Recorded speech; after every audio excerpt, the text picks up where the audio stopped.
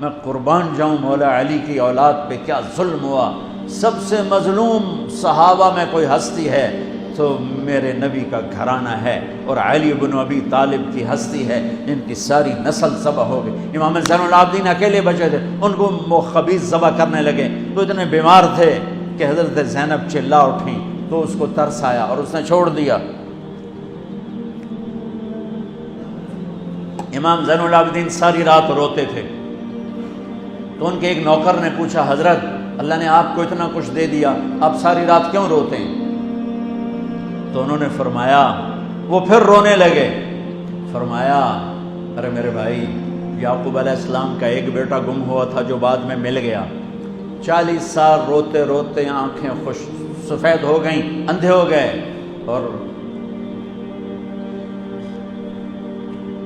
میں نے اپنی ساری نسل کو اپنی آنکھوں کے سامنے ذبح ہوتے دیکھا۔ اور آل رسول میں سب سے پہلے علی اکبر شہید ہوئے، سب سے پہلے علی اکبر، اور پھر سب سے آخر میں قاسم بن حسن، چھوٹے تھے، معصوم تھے، ان کے پاس وہ خیمے سے نکلے لاٹھی لے کر جب دیکھا نا کہ چاچا اکیلا رہ گیا، چھوٹے تھے، لاٹھی لے کر نکلے، کم بختوں نے ان کو بھی معاف نہیں کیا، اور ایک تلوار کا وار لگا ان کا بازو کاٹ کے رکھ دیا۔ انہوں نے کہا واہ یا عمہ، ہائے میرا چچا، اور گر کے تڑپے نا۔ حضرت حسین تڑپ کے اٹھے، زخموں سے چور تھے، اور ان کے سرانے کھڑے ہو کر کہنے لگے، بھتیجے آج تیرا چچا بڑا بے بس ہے، بھتیجے آج تیرا چچا بڑا بے بس، آج میں تیری فریاد پہ کہیں پہنچ سکتا، چلا جا اپنے آباء و اجداد کے ساتھ مل جا، چلا جا اپنے نانا کے ساتھ مل جا، اپنے باپ کے ساتھ مل جا، اپنے چچا کے ساتھ مل جا، آج تیرا چچا بے بس ہے، کچھ نہیں کر سکتا ہے۔ اور ان کی لاش کو اٹھایا اور جا کر جہاں باقی شہزادے لاشیں گرے پڑے تو وہاں جا کے لٹا دیا، اور پھر بیٹھ گئے، زخمی تھے، کوئی ان کو قتل کرنے کے لیے آگے نہیں بڑھ رہا، تو آپ نے آپ کے بیٹے عبداللہ 2 سال کے تھے، آپ نے ان کو بلوایا، خیمے سے بلوایا، ابھی تقدیر کا اور کچھ امتحان باقی تھا۔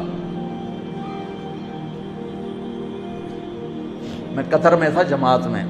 ہاسپٹل گیا، مجھے درد تھا، ٹیکا لگوان، ایمرجنسی سے گزرا تو ایک بچہ بیڈ پہ تڑپ رہا تھا، رو رہا تھا، درد تھا، چھوٹا بچہ 3-4 سال، اس کی ماں اس کے سرانے کھڑی یوں دیکھ رہی تھی، اس کے ماں کے چہرے کو دیکھ کر میں اپنے آنسو نہیں روک سکا، اور وہ علاج ہو رہا تھا۔ اس باپ کو سوچو جس کی ساری نسل اس کے سامنے ذبح ہو رہی ہو، اور 2 سال کا بچہ بھی معاف نہ کیا جا رہا ہو، اس کو سینے لگا کر یہاں بٹھا لیا، اور اس کو ایسے حضرت بری نظروں سے دیکھ رہے تھے کہ کوفی لشکر سے ایک شخص ابن الموقد النار، اس نے جو تیر کھینچ کے مارا، میرے اللہ نے خطا نہیں ہونے دیا، اوپر چلا جاتا، حسین کو لگ جاتا، دائیں بائیں چلا جاتا، وہ سیدھا بچے کی یہاں گلے کے لگے، اور بچے کی گردن یوں ڈھلک گئی، اس کی تو آہ بھی نہ نکل سکی، ایک چیخ کیا آہ بھی نہ نکل سکی، یہاں صبر کا پیمانہ بھرا نہیں، لرز گیا، اور اپنے بچے کا خون دونوں ہاتھوں میں لیا، ایسے دونوں لب بھر کے یوں آسمان کی طرف اچھال دیا کہ اچھا میرے مولا تو راضی ہے تو میں بھی راضی۔ سبحان اللہ، کیا پیغام ہے! اللہ کو راضی کرنے کے لیے ہر قدم اٹھا دو، بکنا نہیں ہے،